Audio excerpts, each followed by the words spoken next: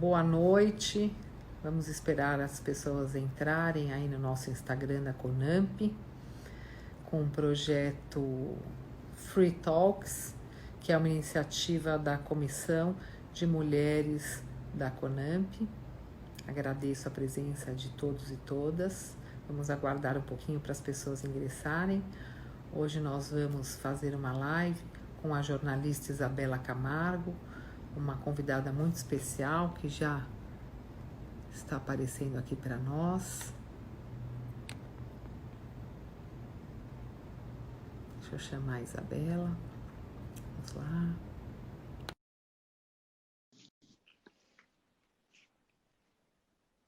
Estamos aguardando a Isabela entrar. Oi, Gabi. Oi, boa noite. Bem, boa noite. Boa noite. Tudo bom? Atrasei uns 5 minutinhos aí por causa de conexão. Toda vez que eu vou começar uma live, a conexão cai. Eu não sei se é porque eu ligo o computador junto, e aí fica carregado o sinal aí da internet. É para dar mais expectativa, para aumentar a expectativa. Vamos esperar um pouquinho as pessoas entrarem. Você está bem? Ótimo. Quero te Ai, que bom. parabenizar por essa sequência de conversas que vocês têm feito, né, com essa série chamada Free Talks. Quanto mais diálogo, Gabi, melhor vai ficar Eu acho. a transparência. O mundo está pronto para a gente falar. Né? Se antes ele não estava pronto para ouvir, agora tenho certeza que já está. Não. Eu acho importante que nós estamos promovendo esses debates entre mulheres, mulheres aí do Ministério Público, que têm uma trajetória, alguma história para compartilhar. Estamos trazendo também convidadas especiais. Nós trouxemos a Luísa Brunet na semana passada, uma grande amiga, que é um exemplo de mulher para todas nós, com a sua história de vida, sua história de superação, também as suas conquistas e o sucesso. Eu acho a Luísa Brunet um sucesso. Ela é um exemplo, assim como você.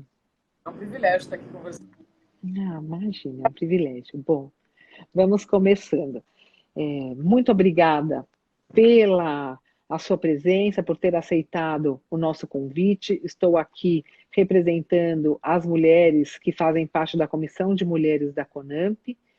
É um projeto chamado Free Talks, em que nós fazemos lives para um bate-papo de mulheres que tiveram uma trajetória e têm uma trajetória inspiradora no Ministério Público, e agora nós estamos também convidando outras mulheres que nos inspiram e que têm muito a contribuir com o nosso dia a dia e também com a nosso cuidado com a nossa autoestima, que é importante para que nós tenhamos todos os dias força, incentivo e superação dos obstáculos diários, principalmente nessa fase da pandemia. Então, receba meus cumprimentos, meus agradecimentos. Você sabe que, além de você ser uma grande profissional, que todos e todas nós que te conhecemos temos uma grande admiração por você, que você também é uma amiga, uma parceira, por quem eu tenho um grande carinho e admiração. Obrigada, Gabi. Você sabe que só vê em mim o que tem dentro de você. Então, se estamos juntas, é porque vamos juntas e temos muito, né, para fazer por muitas mulheres. Sim, eu quero agradecer o presidente da Conamp, Isabela, que agradece todas as convidadas que estão presentes conosco, ainda que virtualmente, nesse projeto. Dr. Manuel Murrieta, presidente da Conamp, que é a nossa Associação Nacional de Membros do Ministério Público, que está apoiando todos os nossos projetos, está nos dando espaço nessa associação para a valorização da mulher promotora e procuradora de justiça de todo o Brasil. Então, doutor Murrieta, receba meus cumprimentos, meus agradecimentos pelo apoio. Vou ler rapidamente o seu currículo, um mini currículo, porque eu sei que você aí tem um currículo muito vasto e inspirador. Isabela Camargo é comunicadora, trabalha como jornalista, locutora e palestrante. Compartilha informações sobre o autocuidado como caminho para a preservação da saúde mental. Criou o programa de entrevistas Unha Talks no YouTube. Trabalhou como apresentador e repórter na TV Globo, Band, SBT. É pós-graduada em Marketing e Comunicação pela Faculdade Casper Libero. Eu já quero começar com uma pergunta aqui para você. Pois não. O que é esse programa de entrevistas Unha Talks? Uai, aquele programa que, se não estivéssemos vivendo a pandemia, você já teria participado comigo. É aquele programa que eu entrevisto mulheres enquanto nós fazemos a unha. E isso é muito interessante, Gabi, porque você quer ver a mulherada falando, né, de mulher para mulher, e uma conversa muito honesta, né, sem filtros, é no salão de beleza. E é uma atitude super democrática. Né? Mulheres de todas as classes sociais, de todos os perfis, fazem as unhas. Né? É claro que existem mulheres que não têm esse código, não têm a unha como um pacote de autocuidado. Mas para nós que fazemos a unha, né? Eu, inclusive, faz tempo que eu não faço, né? Dá para ver. Mas para gente que faz a unha, eu vi nesse programa, Gabi, uma oportunidade de levar para dentro do salão e colocar diante das câmeras mulheres inspiradoras e que vão contar histórias que vão servir para outras mulheres de todas as classes sociais e perfis. Então, o que eu quis com esse programa, que por enquanto está paralisado por conta da pandemia, levar mulheres como você, Gabi, para mostrar para todas que somos iguais. E que não importa se a gente está num salão nos Jardins ou na periferia. Nós somos iguais, vivemos as mesmíssimas situações e, se caímos, podemos levantar. E quando você ouve o exemplo de uma outra mulher e de uma outra situação que ela viveu, a gente acaba tendo mais repertório, a gente se inspira, e eu pelo menos sou assim, eu penso, se ela conseguiu, eu também posso conseguir. Claro. Deixa eu aprender um pouco com essa história, né? Então, quando a gente voltar, você é minha convidada, assim, logo de cara. O salão que eu gravo é na Faria Lima, para facilitar o deslocamento de todo mundo. E vamos em frente, com mais diálogo, com mais expressões femininas, para que todas compreendam que podemos nos ajudar se a gente tirar os filtros, tirar as máscaras, né, e falar a verdade, o que acontece debaixo da maquiagem. Você sabe que outras pessoas tiveram essa ideia também no enfrentamento da violência contra a mulher. A juíza Jaqueline Machado, do Mato Grosso, ela desenvolveu um projeto de fazer um treinamento, uma capacitação dos profissionais de beleza para identificarem mulheres que frequentam um salão e estão sofrendo violência e não têm coragem, não têm força para denunciar. Então, ela dá noções básicas para as profissionais que atuam nos cabeleireiros de como identificar a violência, o que fazer, como acolher essa mulher. E eu gostei muito desse projeto porque eu vejo nos cabeleireiros uma frequência muito grande de mulheres e também um espaço em que essas mulheres se sentem confortáveis, criam vínculos com a manicure, com o cabeleireiro, com a tinturista, a maquiadora, e isso vai fazendo com que essa mulher se abra, desabafe, e é um importante caminho. Pedi autorização para trazer o projeto para São Paulo e fiz aí, juntamente com o doutor Mário Assunção, a Luísa Brunet também participou, nós fizemos a capacitação em vários salões de cabeleireiros. E também levamos os justiceiras para o Jaque Janine. Toda a rede do Jaque Janine tem o telefone dos justiceiras na parede ou o QR Code para que automaticamente uma mulher que esteja no cabeleireiro e sofra violência, ela possa buscar ajuda, apoio e acolhimento. Então, estamos no mesmo barco. Sim. Não sei se no mesmo salão, mas a gente vai se encontrar no mesmo salão ainda. É tão curioso, né? Porque quando a gente quer, a gente chega onde estão as pessoas que precisam do que a gente tem para oferecer. E eu sei que o que você, né, e todas as mulheres que te acompanham, o que eu tenho para oferecer é para a gente viver uma vida que vale a pena ser vivida. E quando a gente fala sobre violência contra a mulher, todos os canais ainda serão insuficientes para que elas consigam pedir ajuda. Então, é no salão de cabeleireiro, são nas lojas, né, como eu vi recentemente um magazine fazendo. Não importa. Quanto mais ações dessa, mais mulheres conseguirão né, pedir e receber ajuda. Então, nesse projeto do Unha Talks, eu tinha feito 14 entrevistas e eu começaria a gravar em abril, a segunda temporada, e aí foi quando tudo parou. Então, na próxima, você já está comigo e o canal está aberto para a gente poder divulgar essa campanha para outros salões, tá? Muito obrigada. Você viu a campanha do Sinal Vermelho contra a violência? Aonde? Em que as mulheres vão até a farmácia, as mulheres que estão na quarentena, ou também depois da quarentena, que não conseguem pedir ajuda pelo celular, e eu fiz um levantamento dos casos que chegaram até o projeto Justiceiras, e 25% das mulheres estão sob o controle do agressor, que controla inclusive o uso da internet e o aparelho celular. Então elas não têm como pedir ajuda, nem por telefone, nem por WhatsApp. O que elas fazem? Elas saem de casa, e qual é o primeiro lugar que essa mulher vai? Farmácia. Comprar um remédio. Ah, eu vou na farmácia comprar um remédio. E ela chega na farmácia e mostra um X vermelho na palma da mão. Uau. Automaticamente, as pessoas que trabalham nessas farmácias já estão sendo treinadas para chamar a polícia. Perfeito. Então, eu adorei essa campanha, inclusive a CONAMP está apoiando essa campanha pela Comissão de Mulheres, a Ouvidoria das Mulheres do Conselho Nacional do Ministério Público também apoia, eu, como pessoa física, Gabriela, apoio, o Justiceiras apoia, porque eu entendo que é mais um canal, e um canal imediato para essa mulher pedir ajuda. Então, eu queria falar que eu concordo com você, que todos os espaços públicos e privados,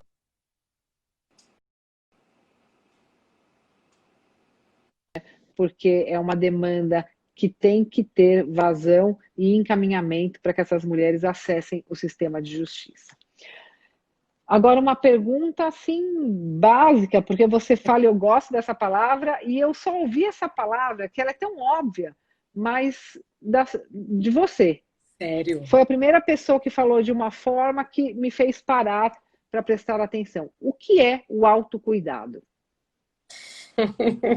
Gabi, autocuidado é aquilo que só você pode fazer por você.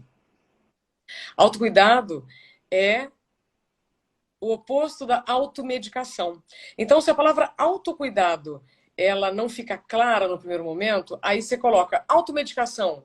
Te parece mais natural? O que é automedicação? Quando você se medica. Autocuidado é quando você se cuida. E dentro desse autocuidado, Gabi, está desde os cuidados mais simples aos mais sofisticados. Por que eu divido assim? O que eu chamo de cuidados mais simples? Escovar o dente.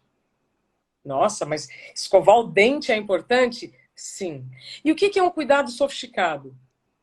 Alguém pode me dizer que fazer a unha, ou fazer exercício físico com o personal trainer, ou ir à psicóloga, ir ao psiquiatra, procurar um ser humano que tenha uma habilidade diferente da sua para que você se torne um melhor humano. Autocuidado, Gabi, é tudo aquilo que a gente vai ignorando para dar conta de uma agenda que nós mesmos fazemos e que a gente vai se colocando em segundo ou terceiro plano. Autocuidado, Gabi, é marcar reunião com você. É, na prática, se colocar na agenda. E isso para as mulheres é super difícil, porque nós temos, né, as obrigações. Ser uma excelente profissional, ser uma excelente mãe, ser uma excelente esposa, ser uma excelente tudo. Só que para que eu seja uma boa mãe, uma boa profissional, uma boa jornalista, eu preciso ser boa primeiro comigo. Entende? Então, o autocuidado é quando você não abre mão daquilo que é básico para você. E o que é básico para você? Não sei. Para mim, o básico é o meu sono. Eu viro uma onça, Gabi, quando alguém tenta roubar minhas horas de sono. Alguém significa o meu marido, a minha mãe, ou algum convite, né, de alguma amiga, que eu vou adorar estar com ela. Se você me chamar, Isabela, vem aqui em casa, tá? De máscara, para a gente tomar um vinho. Se eu tiver que amanhã acordar cedo, porque eu voltei a trabalhar na Rádio Bandeirantes, Gabi, e essa inclusive é um outro... Ah, que legal. Então hoje eu tenho que acordar 6 horas. Eu adoro acordar 6 horas, mas eu não posso dormir meia-noite. Então eu vou ter que dizer não para você. Porque para mim, as horas de sono, meu pacote de autocuidados, inegociável. Então, o autocuidado você vai ter que entender o que dá para negociar e o que não dá para negociar, né? E como nós temos uma tendência em preenchermos essa agenda, especialmente com as questões profissionais, a gente vai, no primeiro momento, subtrair nossas horas de sono. E Gabi, age bem.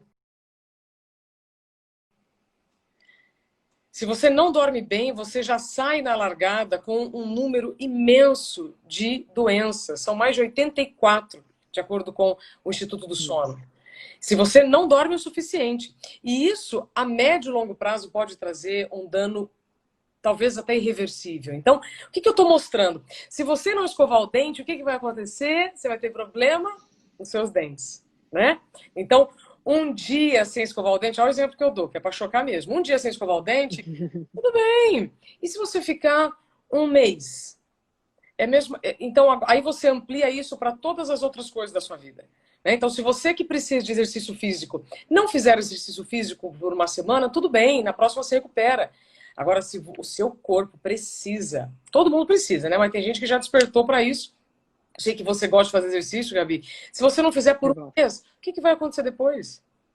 Você vai sentir falta, o seu corpo vai sentir falta daquele estímulo saudável, daquele estímulo positivo.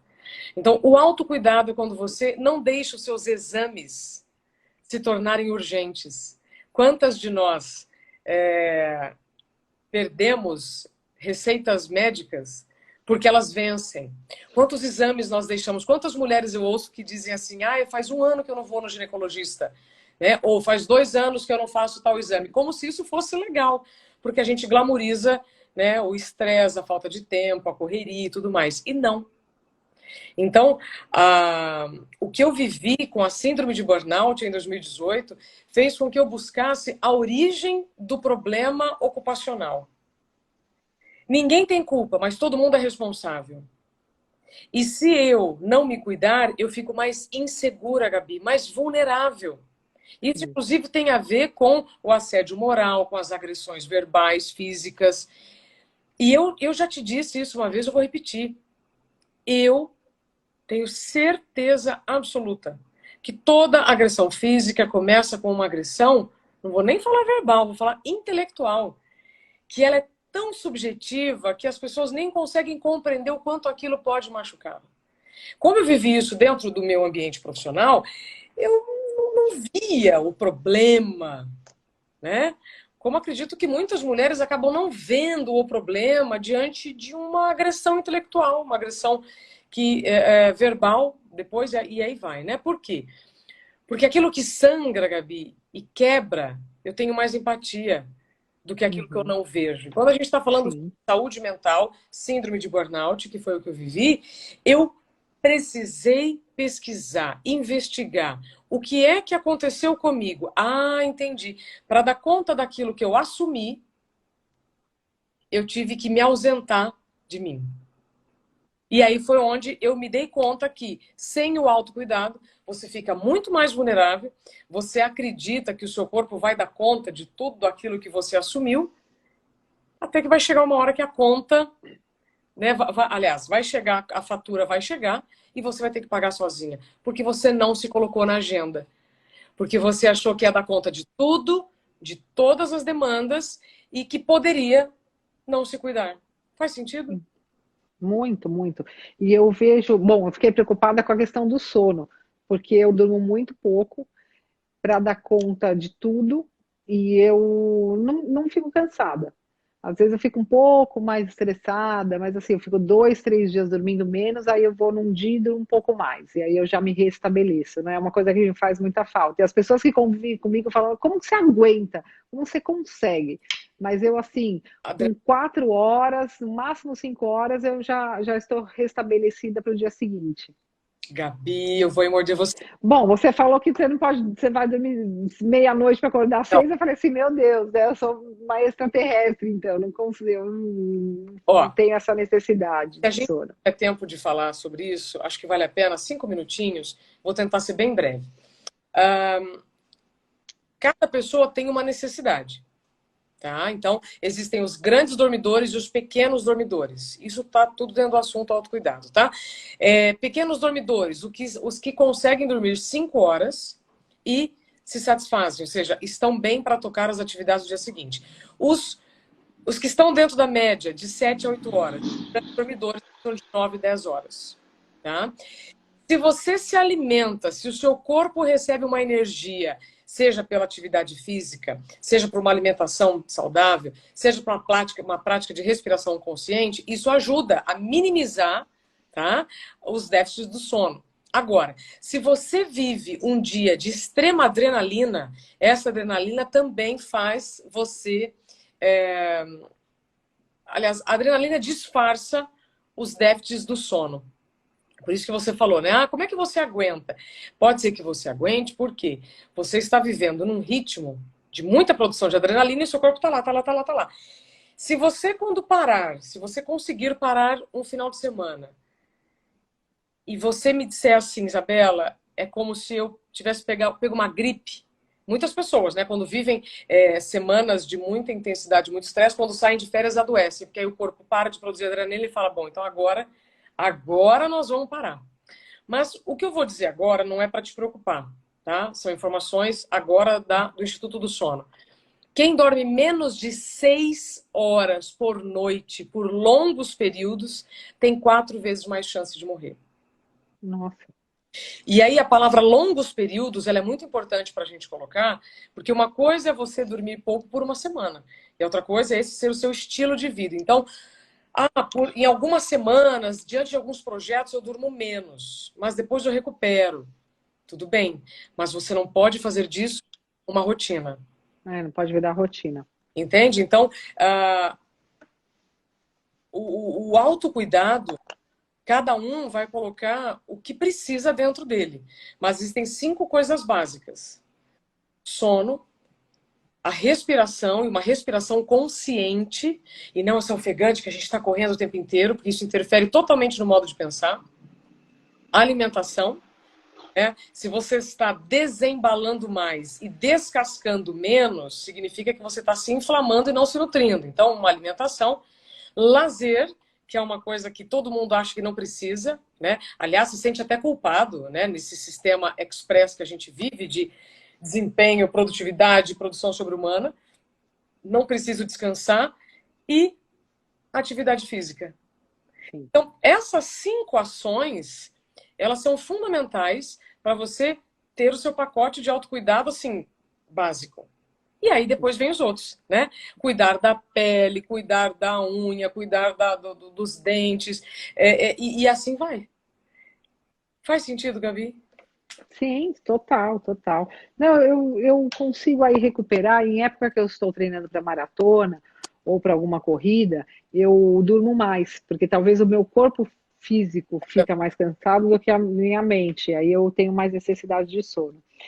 Mas de se observar assim e prestar atenção em tudo isso. Para quem está entrando agora, é um projeto da CONAMP, que é a Associação Nacional dos Membros do Ministério Público, projeto Free Talks da Comissão de Mulheres, e nós temos aí como convidada hoje a grande Isabela Camargo, amiga, jornalista e uma mulher inspiradora para todas nós. Me fala uma coisa, você falou desse autocuidado, quem se autocuida mais, os homens ou as mulheres?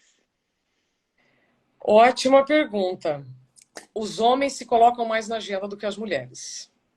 Sério? Sim, eles se colocam mais na agenda porque eles não nasceram com esta pecinha que nós nascemos, né?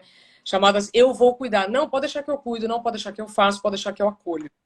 Então, eles têm mais habilidade para se colocar na agenda do que os homens, do que as mulheres. Inclusive, outro dia eu assisti naquele documentário da Michelle Obama, ela fala... você já assistiu, Gabi? Não. Não? Recomendo. Algumas partes só, não assisti inteiro. Esse documentário tem um momento em que ela fala que ela levou o Obama para terapia, que quando ela teve as 2 meninas, ela ficava chocada com a capacidade dele ir para a academia enquanto ela estava se descabelando para cuidar de tudo. Pronto, esse é o exemplo. Esse é o exemplo. Né? E eu vejo, inclusive, muito perto de mim, enquanto eu estou tentando, né, dar conta da casa, disso, daquilo, né, os homens que estão próximos a mim, não posso dizer nomes, mas aí eles se... Você quer fazer uma denúncia, né? Não. Eles se colocam muito mais como prioridade do que as mulheres. Especialmente porque nós temos essa tendência, né? Fazer mil coisas ao mesmo tempo, dar conta de tudo. É uma ilusão, né? Eu até lanço um livro daqui um mês, em que eu falo sobre essas percepções do tempo e o que todas as crenças que nós carregamos, essas cobranças também, o que isso acaba causando no nosso corpo, e aí eu menciono brevemente o burnout, mas tudo isso tem a ver com o autocuidado. E, Gabi, quando eu te falei sobre o se sentir mais segura e seguro, isso também explica porque que os homens, em muitos momentos, são muito mais seguros do que as mulheres. Perceba, é muito mais fácil uma mulher abrir mão da agenda dela, do trabalho, por exemplo, para ter que ir numa reunião de escola. É a mulher que vai. O homem continua com a agenda dele. Fica mais fácil de compreender. Sim. Então, para as mulheres, é muito mais fácil elas abrirem mão da própria agenda para dar conta de uma agenda familiar, por exemplo. E quando eu falei, vou só finalizar esse raciocínio, sobre o estar seguro ou segura, a mulher que dorme bem, Gabi, ela reage melhor a tudo mais no dia seguinte. Porque a maneira como nós nos cuidamos, ela interfere totalmente na forma como nós interagimos com o mundo. E se uma pessoa que dorme menos do que o corpo dela precisa, então não é o seu caso, quando uma mulher dorme menos, né, homem ou mulher, dorme menos do que o corpo precisa, ela no dia seguinte não estará com o cérebro funcionando bem. É como você começar o seu dia como se fosse uma conta corrente. Você está começando com a conta em débito, no vermelho, e você está lá fazendo compras. É a mesma coisa. Se você começa um dia com uma noite mal dormida, você já está em débito. E aí, se você não procurar dormir então na hora adequada, a longo prazo isso vai ter um custo muito alto. Ah, não, mas aí, Isabela, eu tomo um monte de café. Aí entram as ciladas da falta de autocuidado. Porque aí você vai ao médico, que foi o meu caso na época, fui endocrinologista, ele me receitou, toma anfetamina para dar conta do que você precisa dar conta. Ah, claro, doutor, tomei uma anfetamina. Isso é autocuidado? Não, isso é apelação. E aí, nas empresas, você ouve muitas pessoas dizendo, né, inclusive sobre o burnout, ah, mas aí faltou resiliência. Não. Para buscar o significado da palavra resiliência, porque apelação é diferente de resiliência. Então, muitas vezes nós estamos apelando, achando que estamos sendo resilientes, e com isso a gente vai se colocando muito mais vulnerável para qualquer circunstância.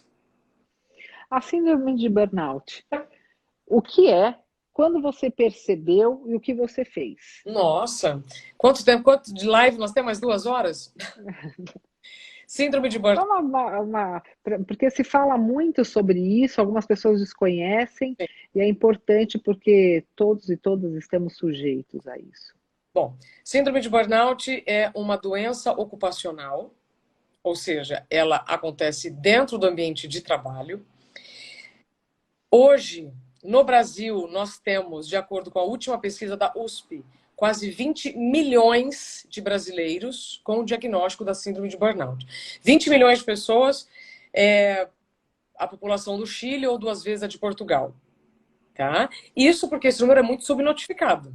Até brinco, é subnotificado assim como a violência contra a mulher também. É subnotificado, né? Por quê? Porque os funcionários têm medo de buscar a resposta ou o diagnóstico para aquilo que eles estão vivendo na pele, que muitas vezes ninguém sabe o que está acontecendo.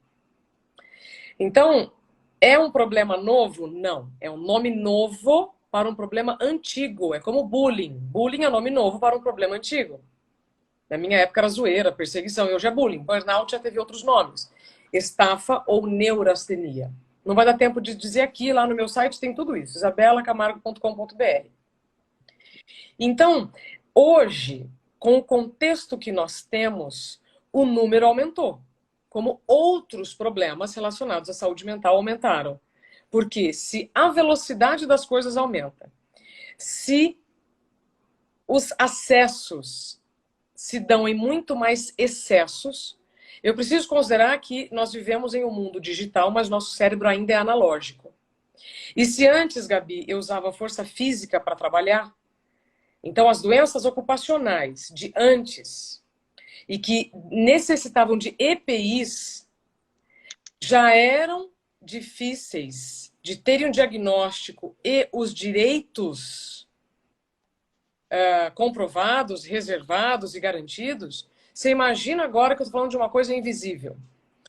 Quando Getúlio Vargas criou o Ministério do Trabalho em 1930, demorou 40, quase 50 anos para que os EPIs, os equipamentos de proteção individual, fossem validados como obrigatórios.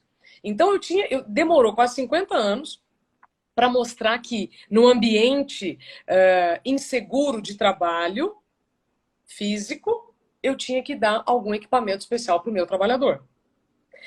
Quando a gente está falando sobre síndrome de burnout, eu estou falando sobre fibromialgia, que também é uma doença invisível, dor na coluna, que também é um problema invisível. E que diante de um colega de trabalho, quando você ouve ele dizendo assim, nossa, eu estou com uma dor na coluna, não vou conseguir trabalhar. O que você pensa? Você pode ter o melhor coração do mundo. Você vai pensar, será que está com tudo isso de dor mesmo? Então a gente não tem empatia por aquilo que a gente não vê. E foi aquilo que eu te falei. Enquanto uma mulher está reclamando de agressão verbal é uma coisa, a hora que ela aparece com o olho roxo é outra coisa. Sim, verdade. A mesma coisa acontece com os problemas relacionados à saúde mental. E eu só posso prevenir todos esses problemas se eu me cuidar, se eu me colocar na agenda. Isso não é blá blá blá, gente, isso é fato, é prática. E como você percebeu que você estava com isso?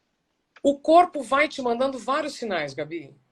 Foram mais de 2 anos acumulando, eu coloco no meu livro, inclusive, são mais de 28 problemas de saúde que eu tive.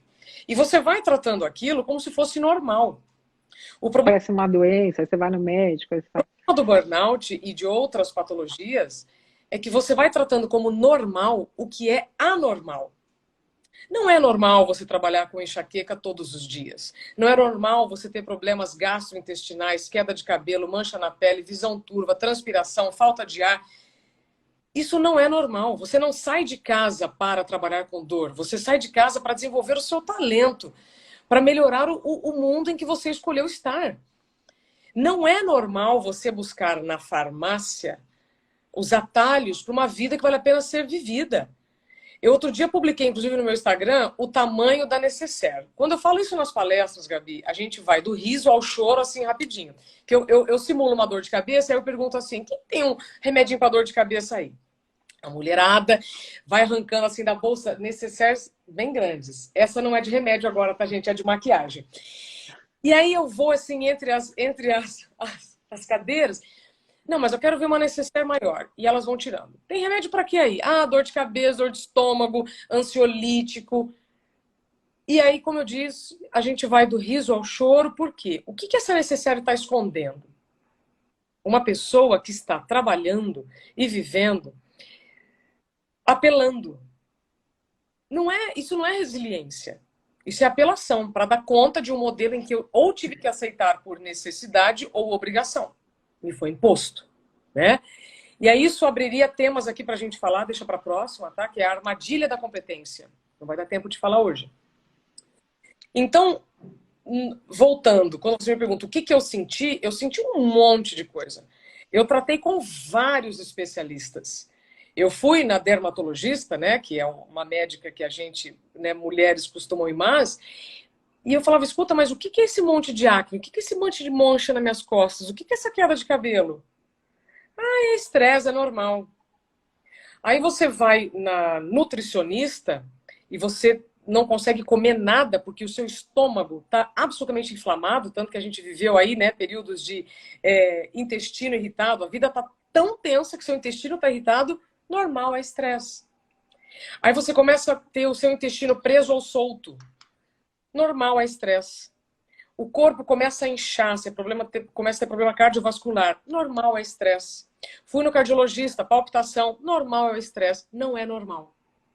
Então, depois que eu fui em 5 especialistas, acumulei 28 problemas de saúde, eu tive um freio.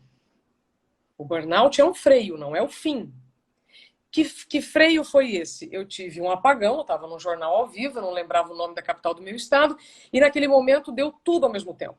Transpiração excessiva, falta de ar, taquicardia, tremedeira, uma desorientação física total, não sabia quem eu era, para onde eu ia, onde eu estava. Eu não sei como eu não desmaiei. E tem momentos que eu até digo, teria sido melhor se eu tivesse desmaiado, porque aí teriam visto o que estava acontecendo. Lembra que eu falei? A gente não tem empatia por aquilo que a gente não vê. Naquele momento, eu fui em um outro médico, em um outro psiquiatra, que pegou e juntou as peças do quebra-cabeça.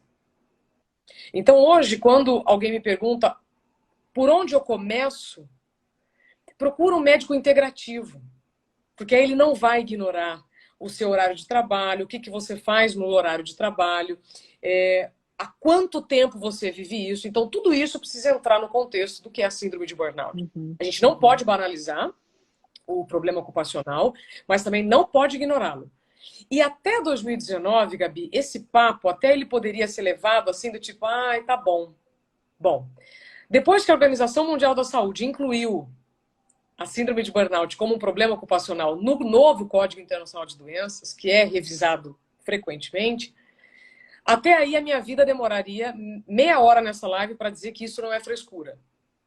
Que não é mimimi. O pessoal fala que é frescura, né? Falta de tanque para lavar roupa e tal. Só que depois que a Organização Mundial da Saúde, né, traz essa atualização no Código Internacional de Doenças, eu não preciso falar mais nada.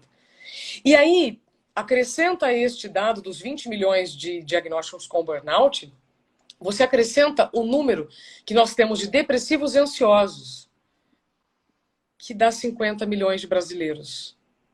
Então, se eu não admitir que 1/4 da população vive algum tipo de sofrimento mental e que isso é absolutamente incapacitante, se eu não reconhecer isso, para esse trem que eu quero descer, né, Gabi? Então, a síndrome de burnout é um problema sério, grave, e nós estamos na iminência de uma grande explosão. É a 4ª onda, inclusive, como os especialistas já dizem, é a 4ª onda do Covid.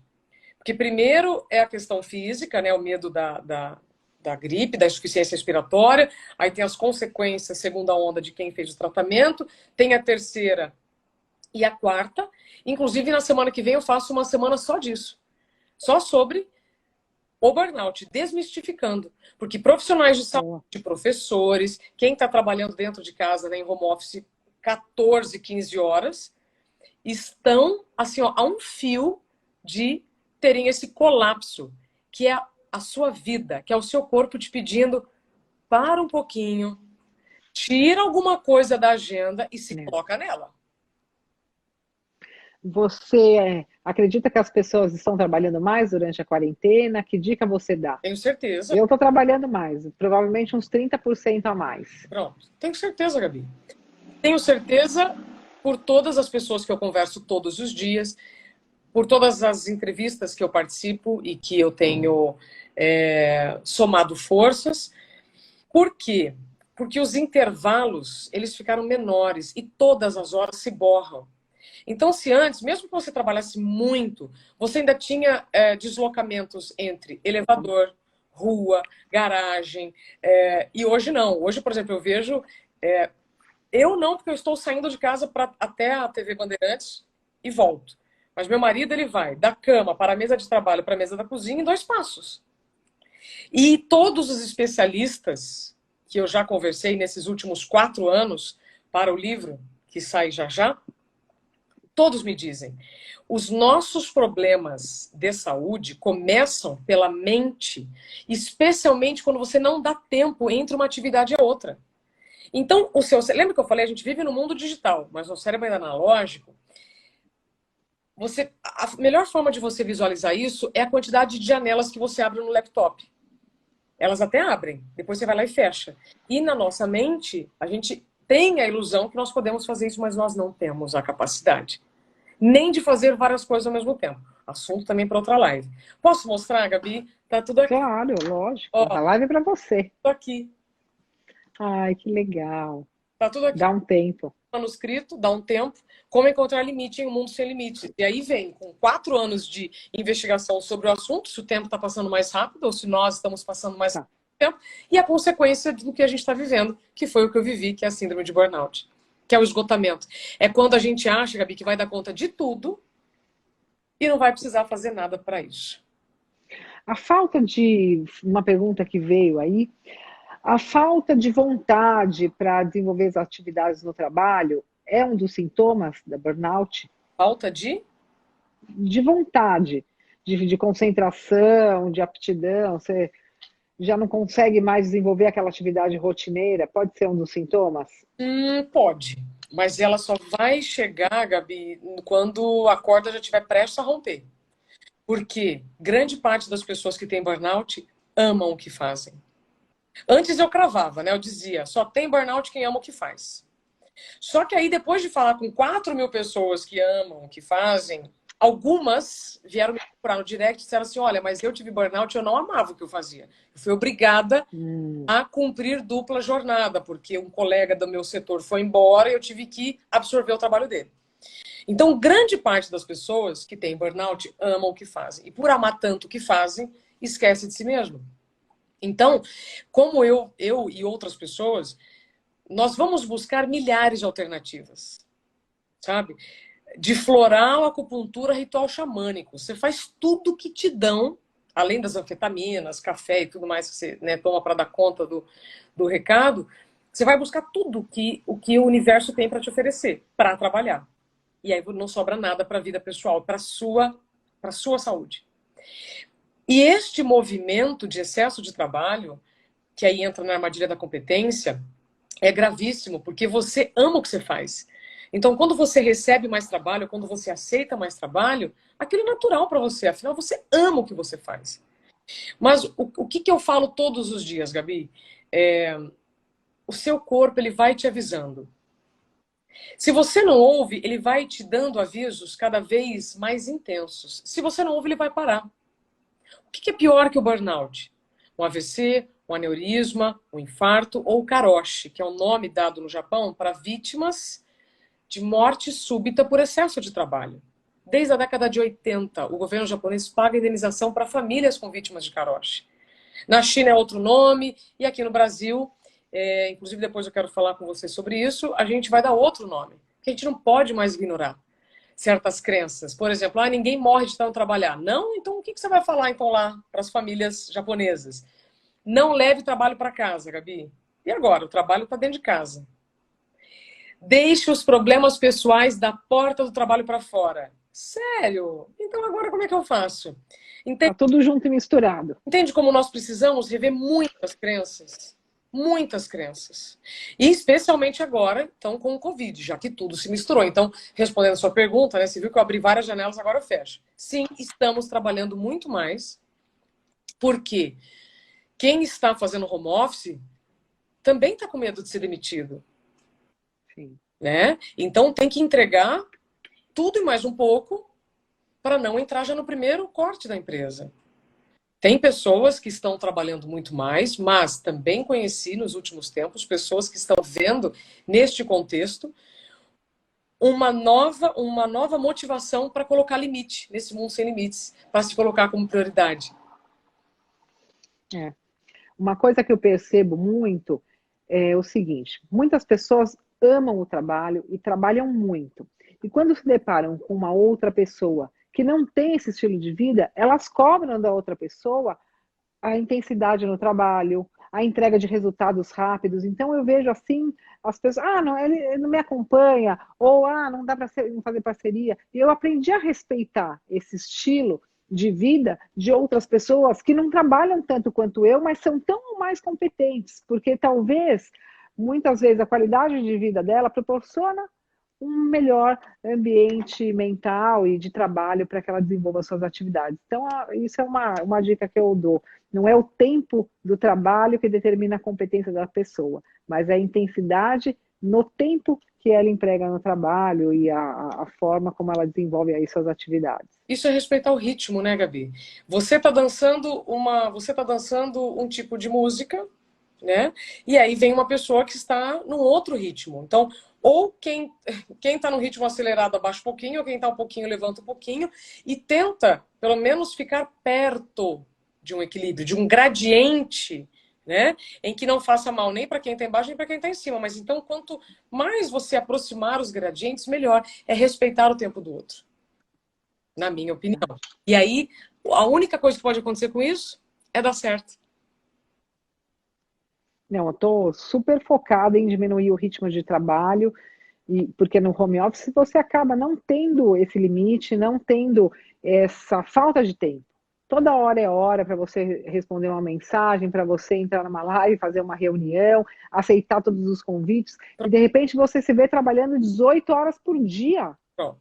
E eu falei, não, agora eu vou começar a estabelecer que... os limites com os horários e voltar a fazer as coisas que eu gosto, minhas atividades. É que também não tinha o que fazer. Você estava em isolamento, não podia sair, não podia praticar atividade, você vai se virando, se reinventando, e quem gosta muito de trabalhar se encontra nas atividades aí do dia a dia no trabalho. Tem uma pergunta aqui da promotora Anitta, do Ministério Público do Pará, que ela pergunta o seguinte: qual a dica para aquelas pessoas que não conseguem... Qual a dica para aquelas pessoas que não conseguem dizer não e, consequentemente, sobrecarregam-se e esquecem de cuidar de si mesmas? Como dizer não? Nossa, que linda! Como é o nome dela?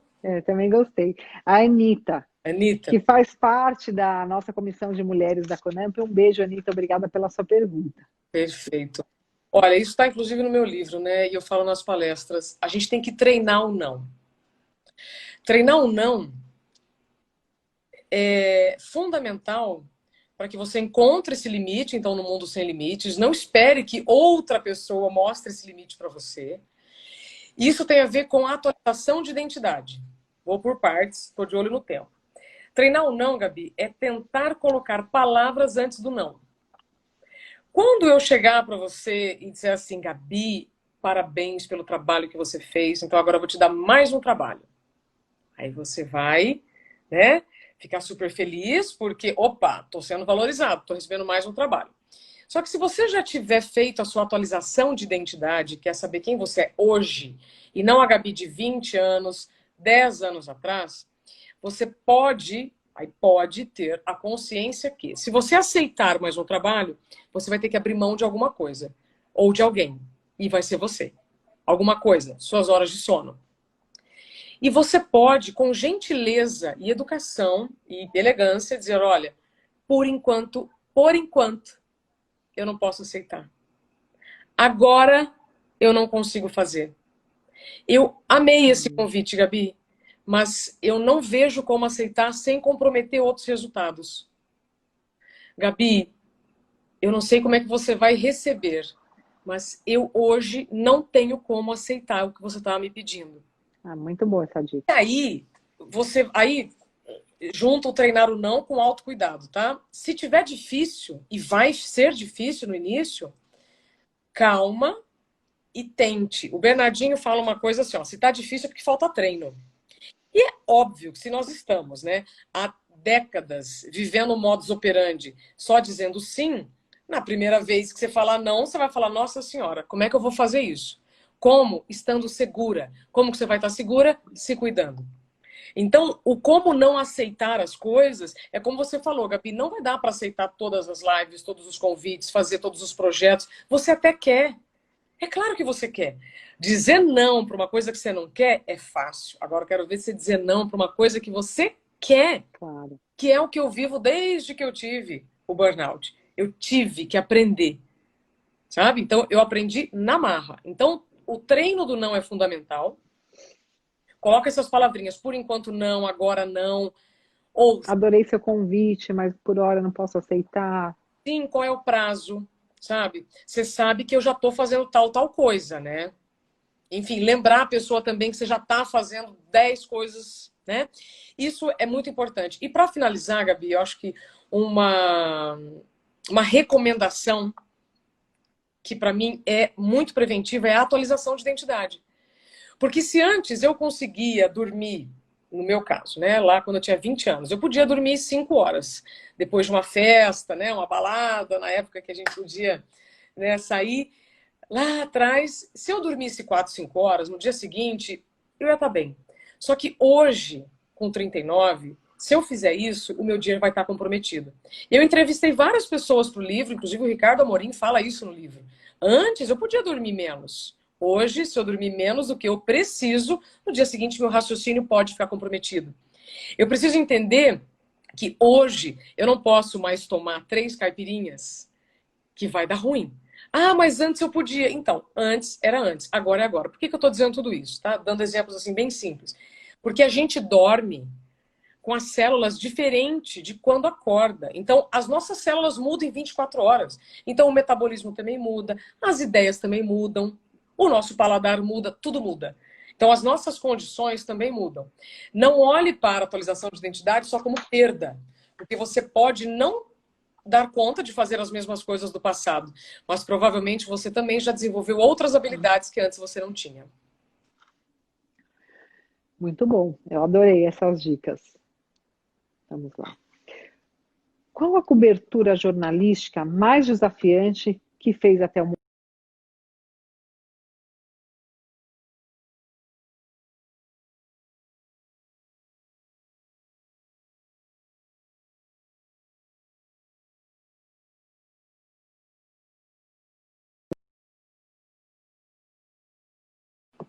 Pronto, voltou.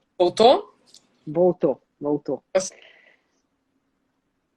Qual o trabalho jornalístico ou cobertura mais desafiante que você fez até o momento? Foi uma série para a Band chamada Vizinhos do Crack. Eu cheguei até o Prêmio ESSO, inclusive, com ela, em que eu falava sobre os vizinhos da Cracolândia. Quem escolheu morar ali, comprar o seu imóvel, né, a igreja, a escola, há 30, 40 anos, quando o problema não estava instalado, e hoje sofria as consequências do vício sem consumir a droga.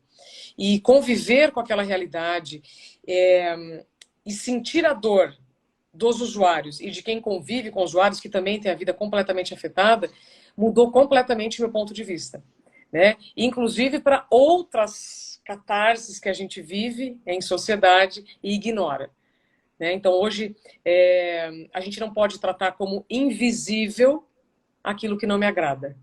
Então ali foi um grande divisor de águas na minha vida. Parabéns, parabéns. Nós, do Ministério Público, nos deparamos diariamente com situações de violência, de inconformismo, de injustiça. Que dica você dá para nós, membros do Ministério Público, para aliviarmos essa carga emocional pesada do nosso dia a dia, principalmente agora nessa época de trabalho remoto, trabalho intenso, insegurança e política, econômica? Acho que há uma crise instalada mundialmente. Que dica você dá para nós? Nossa. Aí, homens e mulheres.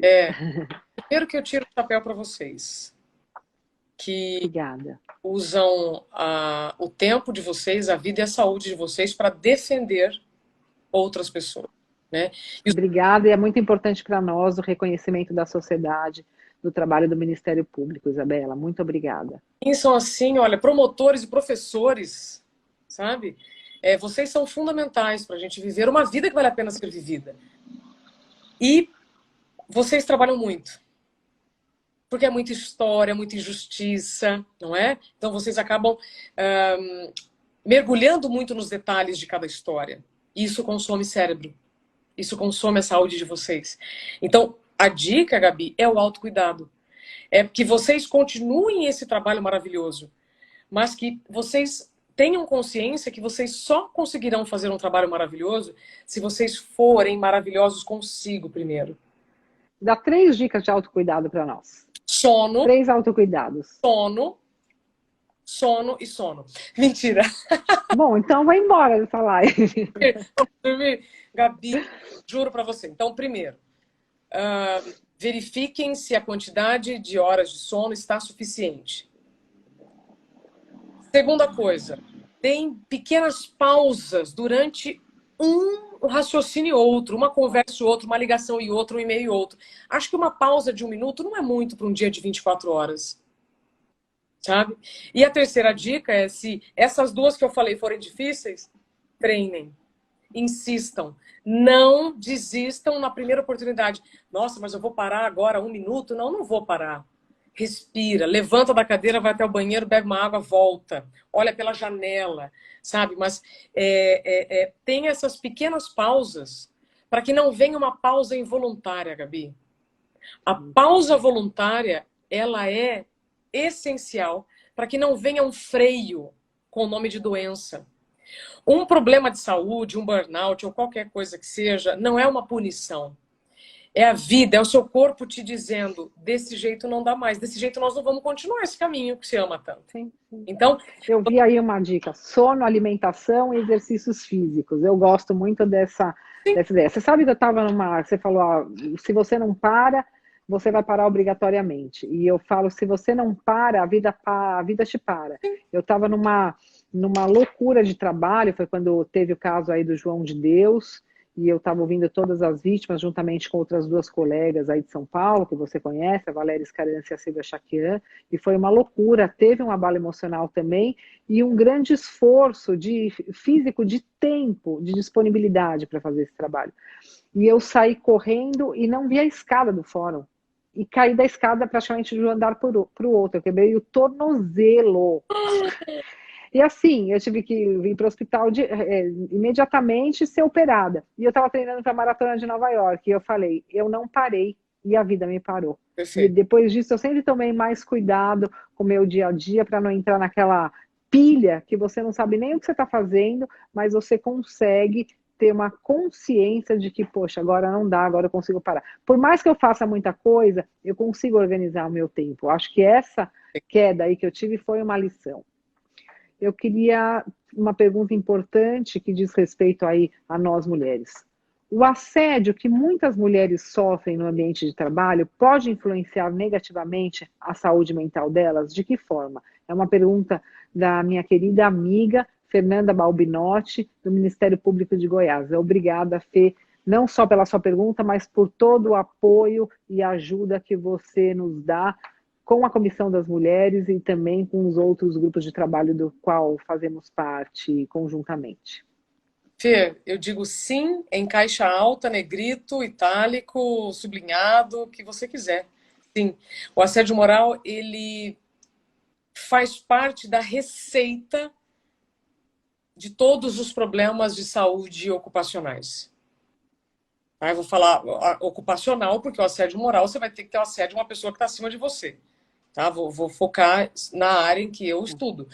Sim, o assédio moral, ele é um grande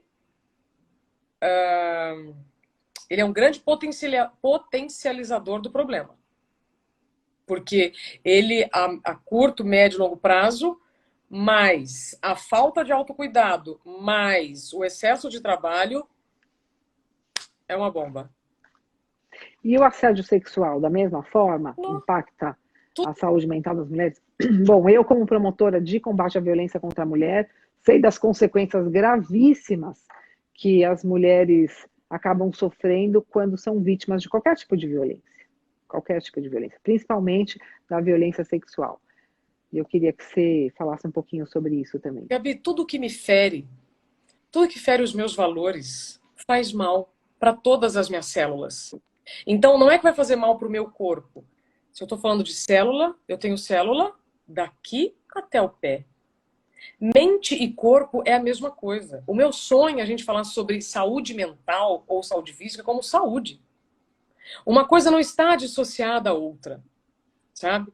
Então, qualquer tipo de agressão que fira os meus valores, que interfira no meu modus operandi, que me tire do eixo, sim, pode ser a semente para um grave problema, como depressão, transtorno pós-traumático, um monte de coisa. Sim, sim, sim.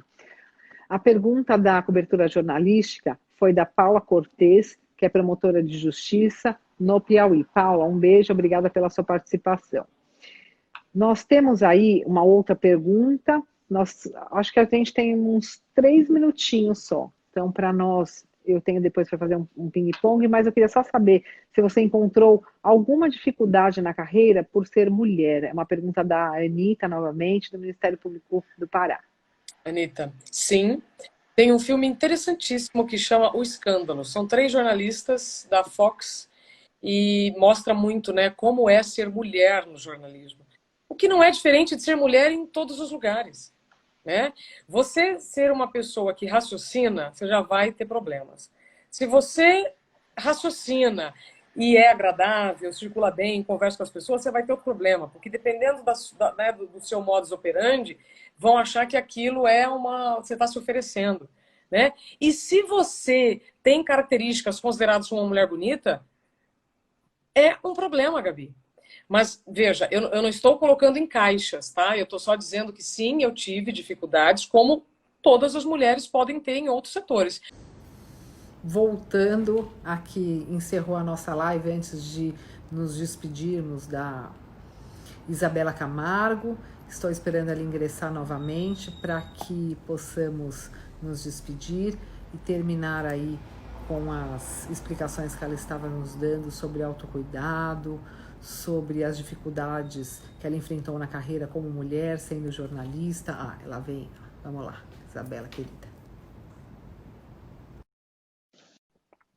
Aguardando a Isabela entrar. As dificuldades que ela enfrentou. Mais uma vez, eu agradeço a presença de todos e todas e digo que esse é um projeto da Comissão de Mulheres da CONAMP, chamado Free Talks, em que nós convidamos mulheres que tiveram uma trajetória e têm uma trajetória que nos inspira no Ministério Público, outras instituições do sistema de justiça e também mulheres da sociedade que desempenham um excelente trabalho, que podem nos dar dicas de superação, de como encarar com mais qualidade de vida o nosso dia a dia. Isabela, voltamos. É que nós não nos despedimos e eu queria que você concluísse aí seu raciocínio. Eu acho que eu estava falando, né, Gabi, sobre das dificuldades da mulher, né? Isso sempre aconteceu, ainda deve acontecer, e nós só vamos mudar essa realidade quando a gente se cuidar melhor e sermos e vivermos com mais segurança interna. Porque aí, eu estando com o meu estado interno seguro, muito difícil alguma coisa externa me abalar.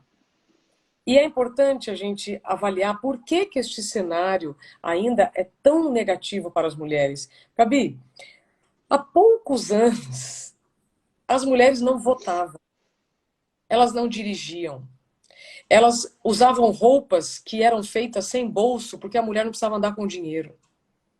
Então, são muitas mudanças em pouco tempo e que hoje não é que exigem como se fosse uma obrigação, mas que todas nós precisamos nos encontrar neste modelo que já era dominado por homens, por N fatores. Então, se nos últimos 100 anos nós conseguimos espaços, conseguimos adquirir direitos, isso é maravilhoso. Só que isso não significa também que é só isso. Significa ainda que nós teremos muito chão pela frente para não só mostrar que nós estamos nos apropriando dos espaços, e que também aqueles tipos de conversinha fiada, né? Aqueles tipos de brincadeirinha, aqueles tipos de comentários são desnecessários. E se eu puder deixar aqui um recado para quem vai nos assistir, é o seguinte: a melhor maneira de você ignorar no seu ambiente de trabalho aquelas piadinhas, aquelas brincadeirinhas, entrar pelo ouvido e sair pelo outro. Eu já fui muito pavio curto, né?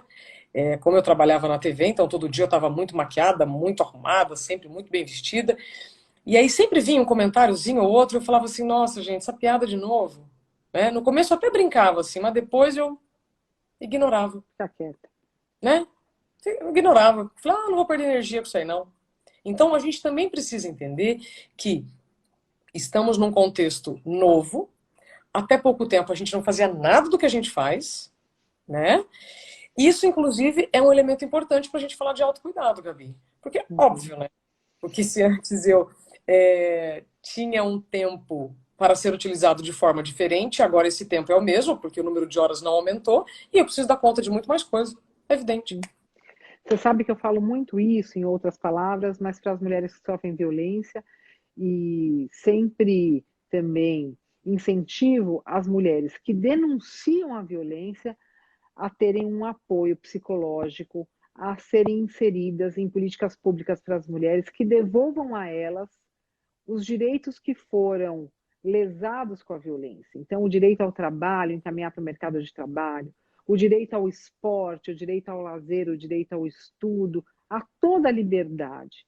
E isso traz uma segurança para a mulher. Eu digo que é o fortalecimento da base da mulher, que faz com que ela denuncie, faz com que ela enxergue os relacionamentos abusivos e rompa esses relacionamentos, não fique insistindo, tentando mudar o agressor, tomando para si essa responsabilidade de mudança, essa culpa, muitas vezes justificando essa violência contra ela mesma. Então, a mulher se fortalecer na sua base, fazendo coisas que ela gosta, investindo nela mesma, isso faz com que ela saia mais rapidamente de situações de violência, tenha forças para superar os obstáculos no pós-denúncia, que não é fácil, é uma rota crítica, muitas vezes as portas são fechadas na cara dessa mulher, há um julgamento social muito grande por conta da denúncia e dessa violência sofrida. Infelizmente, há o julgamento social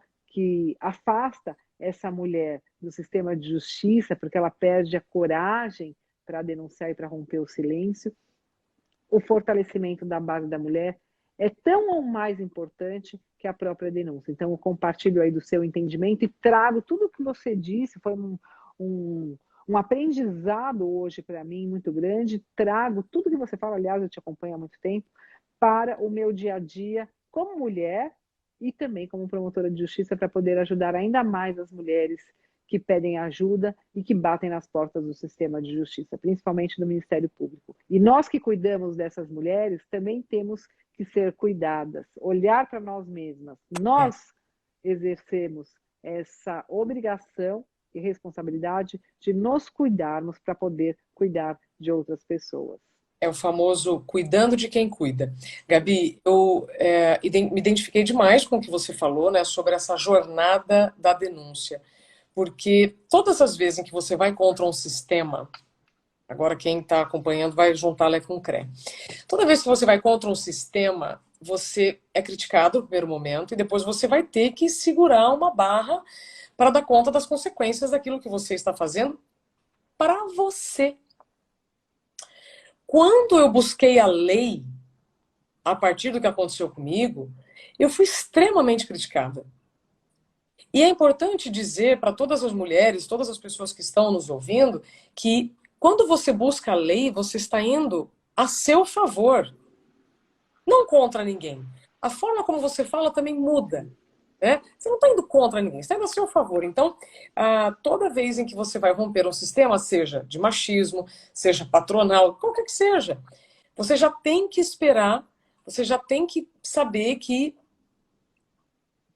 vai ser mais trabalhoso o caminho. Mas, se você se cuidar, se você se valorizar, se você tiver como uma promotora de justiça, se você tiver cercada pela lei, que tudo vai se encaixar. As peças vão se encaixar. Porque não tem nada pior, Gabi, do que você... É o preparo, é a segurança para tomar uma atitude, até para desenvolver um projeto, para ter uma atuação um pouco mais ousada em determinadas áreas da sua profissão. Isso traz um impacto muito grande, que às vezes abala até a sua vida pessoal, mas se você está certa, se você está segura e preparada física e mentalmente para assumir essa responsabilidade da mudança e da sua atitude, nada derruba. É duro, é difícil, mas a gente não cai. E se cair, levanta rapidamente. Então é importante esse autocuidado, sim, essa dica para todas as mulheres. Inclusive, eu estou vendo que tem vários seguidores e seguidoras suas que são. Você tem vários e várias fãs espalhadas aí pelo Brasil, e eu vejo quanto elas têm carinho por você, e essa demonstração de carinho para as mulheres que estão na linha de frente, isso é muito importante, porque você tem é como se fosse um afago da alma e uma demonstração de que você está no caminho certo. Então, mais uma vez, meu carinho para você, por tudo que você faz e contribui para todas e todos nós. Você tem algum sonho ainda a conquistar? Você já conquistou todos os seus sonhos? Qual o sonho que você pretende ir atrás atualmente? Gabi, excelente pergunta. Você sabe que eu só fui me dar conta que eu não tinha sonho nenhum recentemente? porque eu não me cuidava, eu não parava, né? Eu só fazia tudo aquilo que me pediam.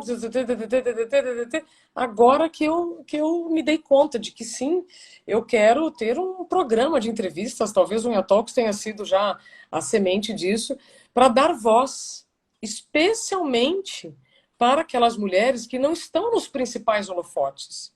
Essas já têm bastante lugar de fala. Não, eu quero dar lugar para todas as mulheres que têm o que compartilhar, e todas têm histórias para compartilhar, para que a gente se veja como igual. Somos diferentes, mas absolutamente iguais. Bom, quero ser parceira sua nesse projeto. Nós Estaremos temos juntos. que abrir as portas para as mulheres falarem, mostrarem os seus trabalhos, também exporem aí os seus dilemas, frustrações, obstáculos, para que É isso. juntas possamos pensar em um caminho menos tortuoso, muitas vezes, e menos difícil para as mulheres alcançarem algo que não é só uma vontade delas, é um direito delas, de estarmos onde quisermos estar e fazermos aquilo que quisermos fazer. Então, compartilhe do seu sonho, vou torcer para que dê certo. Eu pulei uma pergunta aqui, mas eu queria saber a sua opinião, que é a opinião da sociedade. Como você vê a representatividade feminina no Judiciário e no Ministério Público brasileiro? Gabi, tirando as experiências que nós tivemos juntos,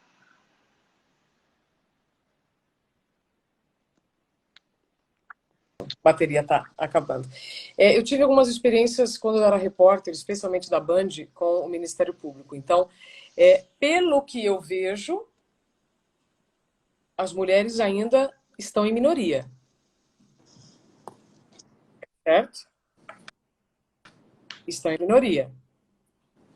Eu quero saber a sua percepção. Sim, então, o que eu percebo é que estão em minoria, como em todos os outros setores. De lideranças, desde empresas, a política, tudo. A mulher, mesmo sendo maioria na sociedade, está em minoria em todos os setores. O que nós temos no Ministério Público e no Judiciário é um pouco menos de mulheres ingressando, mas não é algo muito significativo. É entre 50%, 55% de homens, 45% de mulheres, 60% de homens, 40% de mulheres.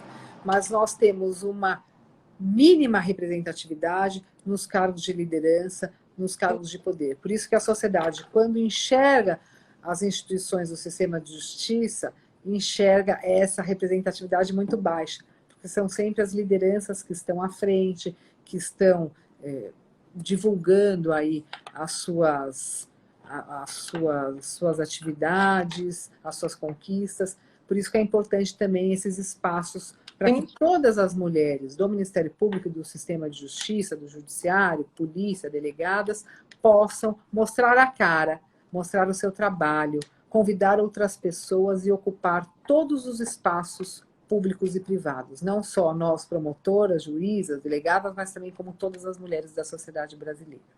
Perfeito. Eu queria só, por final, que você dissesse um pouquinho sobre esse programa da Band, que você agora falou que voltou, e eu queria saber o que é, deixa aí para nós acompanhar, te acompanharmos e torcer para que você tenha muito sucesso com tudo isso. Gabi, eu tive o privilégio de ser chamada pelo Grupo Bandeirantes de Comunicação para voltar para casa, porque antes da última emissora que eu trabalhava na Band, mas dessa vez para um jornal chamado Primeira Hora, que é das 7 às 8 da manhã, um jornal que existe há 58 anos. Eu e o Nelson Gomes, nós apresentamos esse jornal de 1 hora, bem cedinho, das 7 às 8, está no rádio e na internet, para que a pessoa, né, se estiver se deslocando, já saia com as principais notícias do dia. Eu fiquei extremamente feliz. E vou falar para você o que eu ainda não falei. O valor da dignidade, eu não sei descrever. Então, eu só posso dizer que eu estou muito feliz por voltar, né, para a Band, para uma mídia tradicional, embora eu acredite muito nos canais individuais, que é o que nós estamos fazendo aqui, nós estamos reforçando nossos canais. Mas eu também sei que a comunicação em massa chega em lugares também que nós não chegamos com os canais individuais. Então, também eu não posso entrar naquela vibe de, não, agora eu vou só me comunicar pela internet. Não, eu acredito muito na comunicação de massa, especialmente para esse tipo de mensagem que nós queremos. Então, de repente, esse primeiro passo lá me abre portas, com certeza, para a gente depois levar coisas muito maiores, para que mais mulheres se sintam fortes, ou pelo menos encontrem um caminho para. Bom, eu aceito todos os convites para jornal, para entrevistas na televisão, rádio, porque eu quero atingir todas as mulheres. Isso. Que muitas vezes somente acessam esses canais de comunicação. Então é muito importante a amplificação da voz das mulheres. Eu gosto muito da Band, eu participo como convidada do programa aqui na Band, quando tem algum tema sobre violência contra a mulher ou algum caso que eles querem que comente a parte jurídica, eu sempre atendo aí aos pedidos e vou com muito prazer. Bom, quero terminar te agradecendo, falando que eu desejo muita sorte, que foi um prazer mais uma vez estar com você, compartilhar das suas dicas, de todo o seu currículo e toda a sua história e expertise nessa área, nesse tema que é tão importante para todos e todas nós, a saúde mental. Receba meus cumprimentos em nome de todas as mulheres da Comissão de Mulheres da CONAMP, de todas as mulheres do Ministério Público Brasileiro e de todas as vítimas de violência doméstica que nós atendemos diariamente e que precisam ter esse fortalecimento, esse apoio para a preservação da saúde mental, que já está abalada, mas que elas possam saber que tem saída, tem esperança e tem uma vida livre de violência esperando por elas. Isso. Muito obrigada, Gabi, pelo espaço. Obrigada mais uma vez pelo convite. Contem sempre comigo, porque é com a informação certa que a gente consegue viver uma vida que vale a pena ser. Só ter a informação também não adianta. Eu preciso colocar mão na consciência e mão na massa. E que seja, então, para todos. Desejo muita saúde, especialmente para vocês, promotores e promotoras, que nos defendem com tanto empenho. Que vocês tenham dias de boas notícias, que vocês tenham dias de boas notícias, todos nós teremos também. Obrigada. Com as suas notícias no seu programa à primeira hora. E assim sim. Gabi, obrigada mais uma vez. Obrigada, um beijo. Fique com Deus e conte com a gente. E as portas do Ministério Público estão abertas para você e para toda a sociedade brasileira. Muito obrigada. Beijo. Obrigada. Tchau, tchau.